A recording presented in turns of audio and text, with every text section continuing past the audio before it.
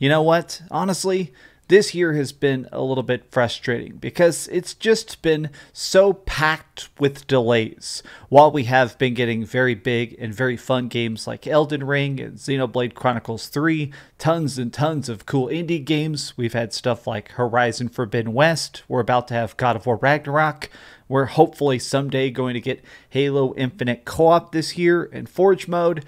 It's been a strange time in general, because 2022 was supposed to be the year of hype. Like, we're now almost 2 years past the launch of the Xbox Series X and the PlayStation 5, so I don't know about you guys, but I kind of assumed this is when the giant, crazy exclusives were going to start showing up. Those games that showed the power and the beefiness of this new hardware, and yet games just keep getting delayed.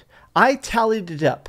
This year, there have already been 60 game delays.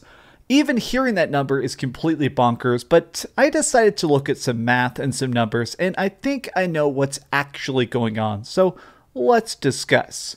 What's up, gamers? DreamcastGuy here. Hi, hope you're having a great day. If you could like this video and subscribe if you haven't already. Now, honestly, channel's been really popping off this week. Hello to the hundreds and hundreds and hundreds of new subscribers.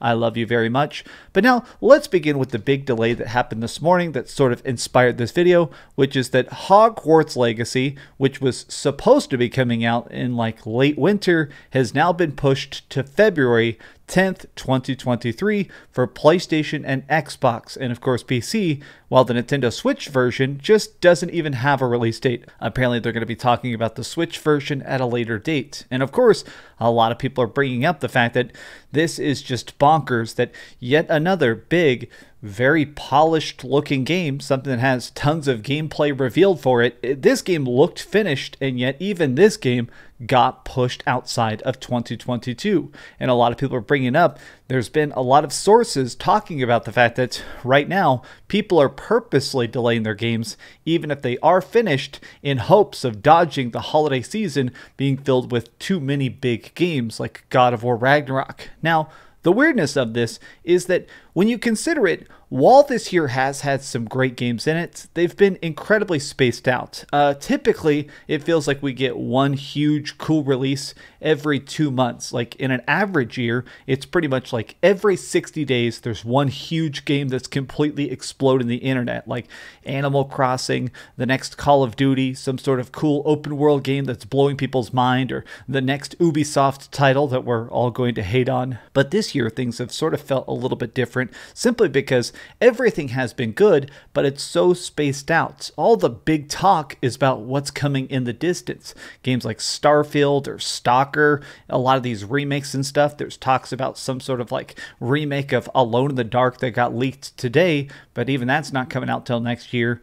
But let me actually take a look. So what I pulled up is, this is a master list that's IGN put together today. Now I'm really glad that they did this, because I feel like just being able to scroll through tons and tons and tons of games that have been delayed, Life is Strange Remastered, Rumbleverse, Suicide killed the Justice League. Oh yeah, I want to play this game super bad. I'm a gigantic fan of Superman. I want to see how the heck they're going to take him down.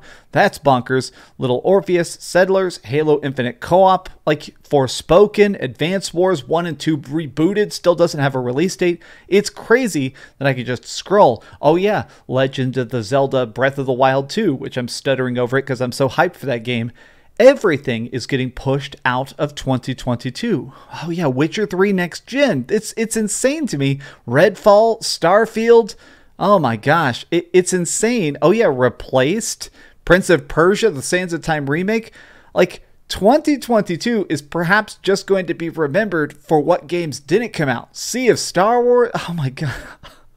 Oh yeah, the Avatar game, Lord of the Rings Gollum, Darktide. Oh my god. I'll be honest, even scrolling through this, Midnight Suns, Metal Slug Tactics, Hogwarts Legacy, oh my gosh. It's kind of funny just to scroll through it, because this has been insanely packed with just the same news over and over and over again, which is, here's a game, oops, you can't play it yet. But what's actually going on at the core of this weird situation of just pushback after pushback? Teaser trailers and gameplays followed by announcements of far-off mythological release dates, and has this hurt the year as a whole? First and foremost, I do think that 2022 has still been incredibly fun. I've been playing a ton of stuff. In fact, I've got 4 major reviews even this month. I'm about to be talking about this game called Thymesia. It's like a Bloodborne remake. Obviously, there's the Saints Row reboot and Soul Hackers 2. As a reviewer, I've been beating a lot of games that are incredibly freaking good. I don't think that 2022 is a dud overall. The problem is that there hasn't been that hype and crazy build up to a lot of these big experiences. It feels like a lot of these games have practically been shadow dropped. As perfect as a lot of these games have been, it's kind of bonkers that really there hasn't been something that's completely exploded the internet this year other than Elden Ring and something like Teenage Mutant Ninja Turtles Shredder's Revenge. But why these gaps? What is it that's causing these big, giant delays? So I've looked around, I've read some stuff, I talked to some developers, and it seems like the problem here is more from a technical standpoint from production cycles. So excuse me while I get nerdy and attempt to educate you.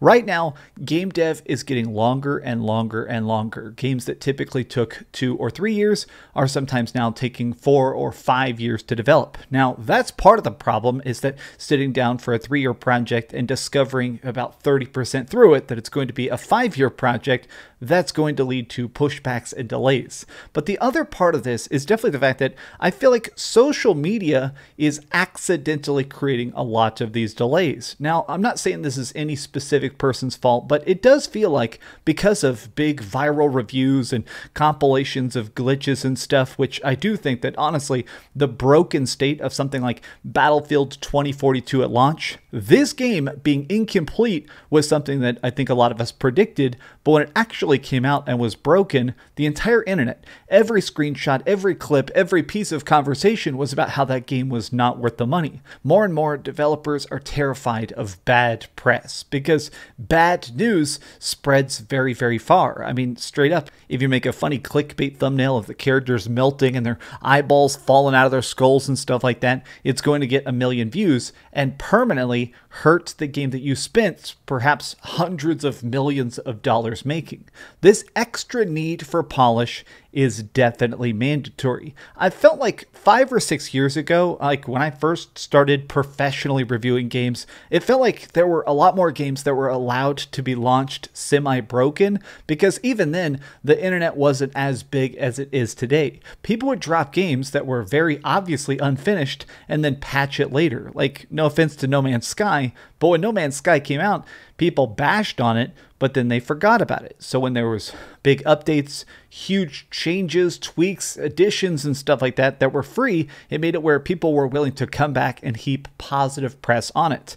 Nowadays, if your game comes out and it's broken, it's going to be known. Easily, people can pick up their cell phone and Google the name of your game, and if it's all bad press, the game is going to bomb. I think what's happening is that these developers understand the impact of a bad day one release now more than ever before. They know that if they screw things up, it's going to hurt the game forever. So I think a lot of these delays are not just to try and fine-tune things. I think it's that they realize that every mistake is under a microscope. That first 72 hours of the game being out is extremely crucial to the permanent lifespan of your game now. So definitely with some of these delays, I see people a bit confused at times of like, okay, why did they delay this game 1 month? Or why did they push back the release date just 60 days or 90 days? And a lot of times it seems like what that is just for that fine tweaking, making sure that the game is as good as possible. It's fine, it's not having hard crashes, it's not too glitchy, because once things get screwed up, they're permanently screwed up. Now, of course, this doesn't apply to every game, but stuff like Starfield, like I knew that had to be delayed significantly. That game is supposed to be so big and so crazy that obviously Bethesda, because that's going to be their next Skyrim in space or whatever, they have to get that absolutely perfect. A lot of these delays don't just feel like a financial decision. A lot of them seem to come down to reputations. Gamers have incredibly long memories. If you screw something up, if you release a game that is broken or crappy, a lot of times they're going to trust you less forever. Consider something like Fallout 76. Fallout 76, even though it did eventually apparently get some big updates and it's very, very good, the negative press of Fallout 76 is still following that entire studio. Like, a lot of the hate towards Starfield feels like a reflection of the negative hatred towards Fallout 76. Now, I must admit that as a gamer, even if we are being very understanding, it's incredibly disappointing on the ground level. I love to play that next big release. I love to beat a game and finish all the side quests and earn that platinum trophy and make a big 30-minute review of all the cool ins and outs and goods and bads and uglies. That to me is the funnest part of this, is the conversation. And right now, since most of the conversation is delay, delay, delay, you can't help but sort of sit here with your balls in your hand and kind of go, okay, what's next? 2023 seems like it's going to be packed. Breath of the Wild 2, all these big exclusives, hopefully Redfall completely kicks butt, and then all the secrets that Sony's been cooking up. But as it stands, I'm still apprehensive, because what's going to happen if they start to shuffle things around and do delays inside of 2023 just to get a better release date to sort of maximize your sales? I don't know. We'll see what actually happens. As it stands, I'm of two minds. This is cool. I'm glad these games are taking their time in the oven to be as delicious as possible. But dang, do I want to play Final Fantasy VII Remake Part 2 and obviously Final Fantasy 16 so bad. I want to see everything from Resident Evil 9. I want to see everything as fast as possible. And all this waiting, after a while, it does kind of suck. But what do you think about this? Are you excited for the next year of video games? Have you been enjoying 2022? And you know what? Do you have your balls in your hand? Thank you so much for watching, gamers. If you enjoyed this video, give it a big old thumbs up, share with your friends, and subscribe if you haven't already. But do me the biggest favor of all, and keep dreaming. Do I want to edit out that balls joke? Nah, I'll leave it in.